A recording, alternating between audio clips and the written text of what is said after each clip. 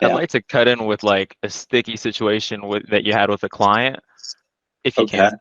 That kind of plays into that whole they didn't fully disclose all their assets in the beginning, and then how you kind of got out of it. If there's a story like that, is there? You think? Um, yeah, not really on that. I mean, that's just Hmm. more understanding, where prenuptial agreements get to be invalidated. It typically is the kind of scenario where one party can prove that the other party concealed something. Hmm. Um, and I haven't encountered those situations because I try to ensure that, people don't do that. um, that they don't, one or the other doesn't conceal from the other what the asset is, because, the way I pitch it is full disclosure is the only disclosure that matters from, a legal standpoint, I you guess know. when you're a really good attorney, you kind of have less drama to present to the to the audience, you know.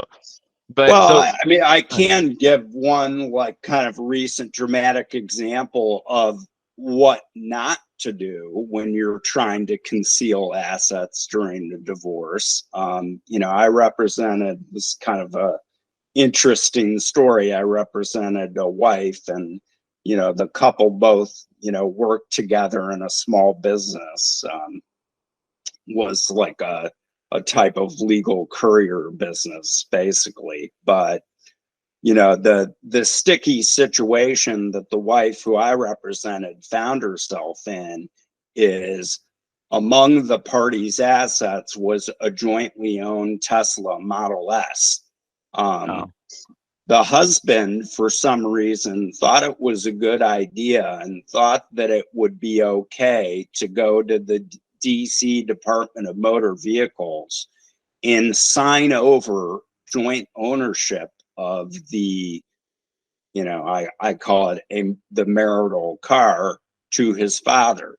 So, in other words, he thought that if his father became the beneficial owner of said Tesla, is a gift, in essence, that he could avoid that asset being, distributed during the divorce.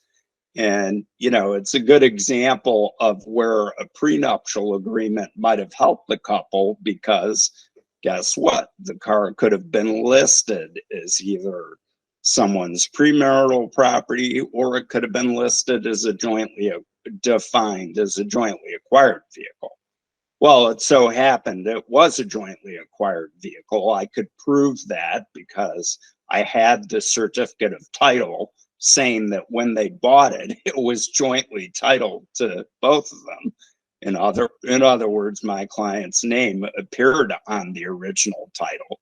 So the interesting thing was, then I was, because I was able to prove that, it didn't matter to the judge that, you know, the gentleman, the husband, had later gone to assign this property to his father, because guess what? He assigned something that was marital property to his father.